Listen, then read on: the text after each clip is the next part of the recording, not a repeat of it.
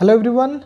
So welcome to engineering physics revision course and for exam purpose आज जो discuss करने वाले हैं वो है particle in one dimensional box which is very important as you know and this is the example of time independent Schrodinger equation.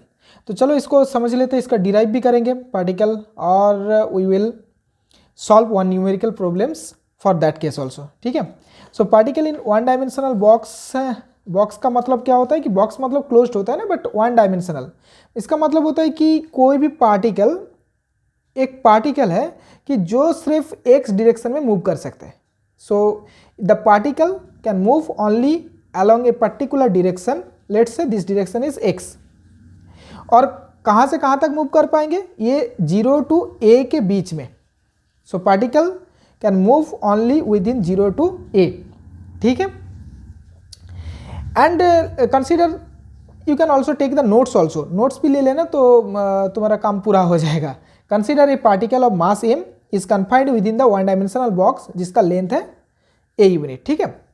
अब देखो कि at the point x is equal to 0 and at the point x is equal to a, these are two rigid walls. क्या है ये? Very rigid walls. So particle if it just reaches this wall और this particle reaches that wall, ये तुरंत इसमें bounce back होके आ जाएगा। That means particle will never stay at x is equal to a and x is equal to 0. So we can think at these 2 points 0 and a, the potential energy of the particle becomes infinity. Why? क्योंकि अगर particle का potential energy बहुत high हो जाएगा तो उसी स्थान पे पार्टिकल नहीं रह सकते, क्योंकि एक ऑब्जेक्ट का यही होता है कि वो अपना मिनिमम एनर्जी स्टेट में रहे, है कि नहीं? सो अगर पार्टिकल मान लो कभी भी x इजिकल टू a पे पहुंच गया तो ये तुरंत बाउंस बैक हो जाएगा, क्योंकि यहाँ पे उसका पोटेंशियल एनर्जी वेरी हाई हो जाएगा और पार्टिकल अपना एनर्जी हाई एनर्जी स्टेट और एक्साइटेड स्टेट में नहीं रहना चाहते। Similarly if it is rich to the point x is equal to 0, यहाँ पे भी इसका पोटेंशियल एनर्जी वेरी हाई हो जाएगा, it is indicated by v infinity. So इन दोनों स्थान पे particle will not find the particle at that two position. और इसका बाहर का बात तो छोड़ो, क्योंकि इस बाहर particle will never find the particle. ठीक है। और बॉक्स के अंदर ये पार्टिकल बिल्कुल फ्री पार्टिकल है। ये पार्टिकल किस टाइप का पार्टिकल है? बिल्कुल फ्री पार्टिकल। फ्री पार्टिकल मतलब इसका कोई पोटेंशियल एनर्जी नहीं है, potential energy 0, only it contains the kinetic energy. So अगर इसको इसी जो whatever we have discussed, इनको अगर मैथमेटिकली लिखा जाए, इसका पोटेंशियल एनर्जी देखो x की फंक्शन है। ठीक है। अगर पोटेंशियल एनर्जी बिकम्स 0, कहाँ 0 है? 0 एंड a के बीच में potential energy 0। So potential energy of the particle is 0 at 0 less than x less than a and infinity otherwise, मतलब at x is equal to a potential energy is very high and x is equal to 0 potential energy is very high, a के बाहर इस side में it is very high and it is very high, and high कितना है? Infinity. मतलब particle will never find at x equal to 0 and x equal to a and outside the box. So now we will solve its Schrodinger equation. पहले देखो कि time independent Schrodinger equation inside the box. अच्छा, general time independent Schrodinger equation क्या है? This is one we have just derived that one in our previous video, that is d2 psi dx2 plus twice m by h cross square e minus v psi is equal to 0. What is the E? Is the total energy of the particle, that is the kinetic energy plus potential energy. And what is the V? V is the potential energy of the particle. Okay. Now inside the box what we want to find out? We want to find out the time independent Schrodinger equation box के अंदर। Box के अंदर क्या होता है? Potential energy is 0। सो ये equation becomes d2 psi dx2 plus twice me by h cross square psi is equal to 0, क्योंकि v 0 बन गया। ठीक है। सो दिस इज द इक्वेशन 2। अब मान लो कि this twice me by h cross square which we have taken it is as a k square. So k is equal to root over twice me by h cross square. So if we use in place of twice me by h cross square as a k square, so our equation becomes d2 psi dx2 plus k square psi is equal to 0. So this is the differential equation for one dimensional box. Now let psi is equal to u e to the power mx be a trial solution for that differential equation. ठीक है, जहाँ u एक constant होता है. So if we use this is the solution for this equation, then what is d psi d x, क्योंकि हमें d two psi d x two निकालना होगा. So d psi d x, if we differentiate this one with respect to x, it is u m e to the power mx, and d2 side dx2, again if we differentiate this one with respect to x, we will get u m square e to the power mx. If we use this d2 side dx2 here, so what we will get, it is u m square e to the power mx plus k square u e to the power mx, क्योंकि psi is equal to we have taken u e to the power mx. So it becomes m square plus k square u e to the power mx is equal to 0. देखो u e to the power mx it cannot be 0. अगर ये 0 हो जाए तो psi तो बिल्कुल 0. So we cannot take u e to the power mx is 0. So hence what we will get? We will get m square plus k square is equal to 0. ठीक है. So which gives us, so m square is equal to minus k square और m is equal to plus minus root over of minus k square. So it is m is equal to plus minus I k, where I is equal to root over minus 1. We all know that one. Okay. So what is the solution then? Solution, psi is equal to u e to the power mx. So we have got two roots, m is equal to plus ik and m is equal to minus ik. So our general solution is equal to psi x equal to c e to the power ikx plus d to the power minus ikx. कुछ नया चीज़ है नहीं, ये सिर्फ second order differential equation solution. ठीक है. तो फिर देन इसको थोड़ा पलट लेते हैं. So what we have found out as a solution, so we have psi x is equal to c to the power i k x plus d to the power minus i k x. इसको और थोड़ा simplify कर लेते हैं, क्योंकि what we know, e to the power i theta is equal to, as you know, it is cos theta plus i sine theta. So we will use this formula here. So see as it is cos kx plus ये theta क्या है, theta is right now kx, I sin kx. Similarly d e to the power minus I theta, as you know it is cos theta minus I sin theta. So it is d cos kx minus I sin kx. तो इसको और थोड़ा simplify कर लो. देखो यहाँ पे मिलेगा c cos kx और यहाँ पे d cos kx. So c plus d cos kx, यहाँ पे मिलेगा c I sin kx, यहाँ पे d minus I sin kx. So I c minus d sin kx. ठीक है. So now if we take that c plus d is equal to a and I c minus d is equal to b, so our general solution for the particle inside the box, psi x is equal to a cos kx plus b sin kx. This is the equation 5. Now we have to evaluate these two constant. ये constant का values क्या है, a and b, and for that we will use two boundary condition. Boundary condition क्या है, देखो first boundary condition क्या बोल रहा है कि फर्स्ट बाउंड्री कंडीशन बोल रहा है कि at x is equal to 0. Just observe this figure, इस फिगर को थोड़ा ऑब्जर्व करो. ये जो फिगर मैं दिखाने जा रहा हूँ, this figure, at x is equal to 0, at x is equal to 0 potential energy is infinity, potential energy is infinity. That means particle will never find the particle at x is equal to 0. इसका मतलब होता है कि psi x will be 0, right? So first boundary condition is at x is equal to 0, psi x is equal to 0. And what is the second boundary condition? We will use later on कि at x is equal to a, यहाँ पे भी potential energy v is equal to infinity. So psi again यहाँ पे 0 होगा, क्योंकि particle के रहने की प्रोबेबिलिटी बिल्कुल ना के बराबर. ठीक है. चलो, तो फिर if we use the first boundary condition that at x is equal to 0, psi x is equal to 0 in that equation, so psi x is equal to 0, at x is equal to 0, a cos 0 plus b sin 0. So a cos 0 is 1, so a, and b sin 0 0. So a is equal to 0. So our equation 5 becomes, ये जो equation है ना, ये equation 5, ये क्या बन जाएगा, क्योंकि a 0 बन गया. So psi x is equal to b sin kx. Right. Now we will use the boundary condition 2, जो just we have discussed little bit ago, कि at x is equal to a, इन position में भी psi x 0, क्योंकि to finding the particle at that position is 0. Mod psi square यहाँ पे 0 है, mod psi square 0 है, इसलिए psi x should be 0 here. Okay. So now then what will be our equation. So at this is our right now equation. So at x is equal to a, psi x is equal to 0। देखो मैंने 0 बिठाया Sai x और x के स्थान पे we have use a। So 0 is equal to b sine k। देखो b तो 0 नहीं है, अगर b 0 हो जाता है पहले से तो साई x तो पहले से ही 0 है, तो बिल्कुल we are not interesting for that solution. So if b not equal to 0 then our condition gives us that sin k is equal to 0.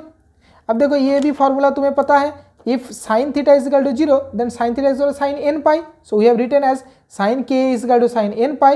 So दोनों साइड से sin cancel, so it gives you k is equal to n pi और k is equal to n pi by a. So where what is the n? n is an integer 1 2 3 and so on. ठीक है। सो right now ये जो six equation था हमारा, ये था psi x is equal to b sine k x. So k की value हमें मिल गया कि it is n pi by a. So psi x is equal to b sine n pi x by a. So in place of k we have use this n pi by a. अब देखो B का value हमें अभी तक नहीं मिला, so how can we find out this b? So if we normalize this wave function, so अगर किसी को नॉर्मलाइजेशन पता नहीं है तो ये जस्ट पहले वाला जो वीडियो वेव फंक्शन के बारे में जहाँ पे हमने for this function we have to derive that we have to normalize this wave function, उसी वीडियो में पूरा how to normalize this wave function we have discussed that one. तो वो थोड़ा देख लेना, अभी अगर करने जाएंगे तो टाइम बहुत लग जाएगा, तो इसलिए मैंने just I will use the solution of that previous video.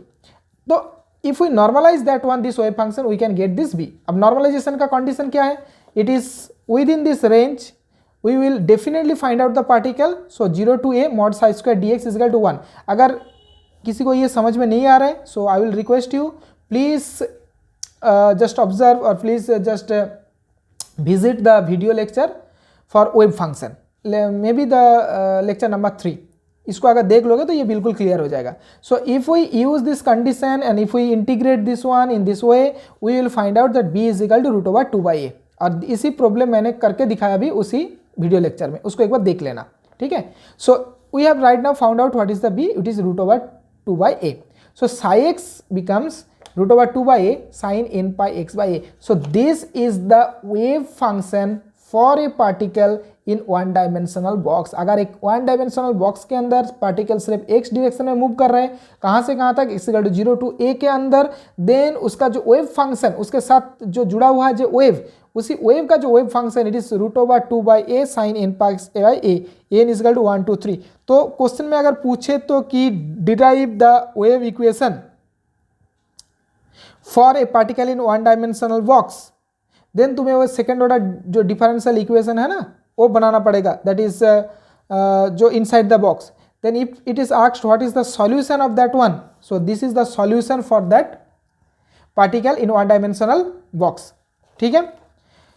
चलो और इसके एनर्जी के बारे में डिस्कस कर लेते हैं कि पार्टिकल जब एक वन डायमेंशनल बॉक्स के अंदर है उसका एनर्जी किस तरह की होगा, कंटिन्यूअस होगा या डिस्क्रीट होगा, and this is very important, from that part you can get the numerical problems also, ठीक है।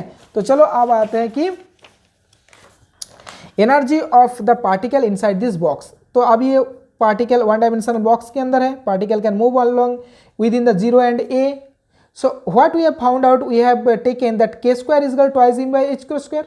जब हम लोगों ने सॉल्यूशन कर रहे थे उसी टाइम को जो हमें सेकंड ऑर्डर डिफरेंशियल इक्वेशन मिला था उसी में हमने ये लिया था कि k square is equal twice m e by h square, e is the total energy of the particle, ठीक है। अब e is equal to h square k square by twice m, ठीक है। अब again we have found out what is the k, k is equal to n pi by a, so e is equal to h square by twice m n pi by a, so it is n square pi square h square by twice m a square. So what is the e is equal to n square pi square h square by twice m a square, where n is equal to 1 2 3. it is the very important, इसको en भी लिखते हैं हम लोग, nth order energy. सो एक particle अगर box के अंदर वन डायमेंशनल बॉक्स के अंदर है क्वांटम पार्टिकल, तो उसका एनर्जी होगा डिस्क्रीट, कंटिन्यूअस नहीं होते। For n is equal to 1, n is equal to 1 इसका एनर्जी होता है e1 is equal to pi square h square by twice m a square. For n is equal to 2 इसका energy होता है e2 is equal to 2 square means 4 pi square h cross square by twice m a square। देखो pi square h cross square by twice m a square is nothing but e1, so e2 is equal to 4 e1। Similarly what will be e3 will be the 9 times of the ground state energy, ठीक है, ये ground state energy, ये first excited energy, ये second excited energy and so on. So एक particle अगर box के अंदर है उसका एनर्जी डिस्क्रीट होता है। सो this is very very important. चलो इसी के ऊपर एक प्रॉब्लम कर लेते हैं, ठीक है। So the problem is given here, you can find out that for an electron, एक इलेक्ट्रॉन दिया हुआ है, electron quantum particle in one dimensional infinite potential well. देखो इनफाइनाइट पोटेंशियल वेल बोले या one dimensional box, these are two similar things, ठीक है। Infinite potential well का मतलब यही होता है कि ये जो पोटेंशियल एनर्जी इन्फिनिटी होता है, मतलब ये पार्टिकल अगर बॉक्स के अंदर है तो बॉक्स के बाहर ये नहीं जा पाएगा, ठीक है। So it will be within its boundary, और इसका विद क्या है 1 angstrom, that means the particle और electron will be within the range 1 angstrom of length, ठीक है। सो ये potential energy width 1 angstrom, that means a is given which is 1 angstrom, ठीक है। What it is asked, the separation between the two lowest energy level. हमने क्या देखे भाई, अभी we have just find out the energy level, ये अगर E1 it is will be E2, so we have to find out what is the energy level between E1 and E2, ठीक है, energy difference. So first problem solve करते हैं। So we know that En is equal to n square pi square h cross square by twice m square.